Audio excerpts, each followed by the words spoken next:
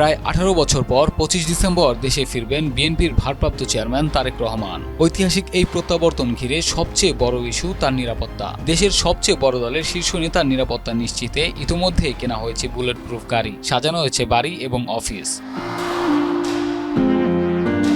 তবে দেশে ফিরেই তারেক রহমান নির্বাচনের প্রচারণে চষে বেড়াবেন সারা দেশ, তাই তার নিরাপত্তা এখন বিএনপির অন্যতম অগ্রাধিকার।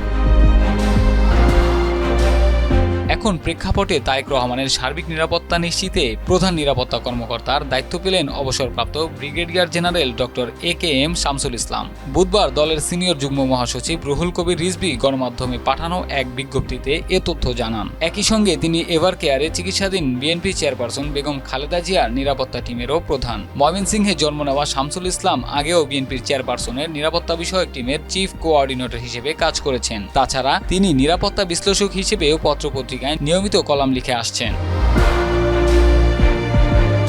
শামসুল ইসলাম আসন্ন ত্রয়োদশ জাতীয় সংসদ নির্বাচনে ময়মনসিংহ ৯ নান্দাইল আসনে বিএনপির মনোনয়ন প্রত্যাশী হিসেবে প্রচারণা চালিয়েছেন। ২০২৫ সাল পর্যন্ত চাকরির মেয়াদ থাকলেও ডক্টর এ.কে.এম. শামসুল ইসলাম শেখ হাসিনা সরকারের রোষানলে পড়ে সেনাবাহিনী থেকে ২০১৮ সালে চাকরিচ্যুত হন। তার অপরাধ ছিল ২০১৮ সালে জাতীয় সংসদ নির্বাচনে তার বড় ভাই সৌদি আরব পূর্বাঞ্চল বিএনপির সভাপতি অধ্যাপক রফিকুল ইসলাম নান্দাইল আসন থেকে বিএনপির মনোনয়ন প্রত্যাশী ছিলেন। মূলত জাতীয়তাবাদী ঘরানার হওয়ায় চৌকস এই অফিসারকে সেনাবাহিনী থেকে বাধ্যতামূলক অবসরে পাঠায় হাসিনার সরকার।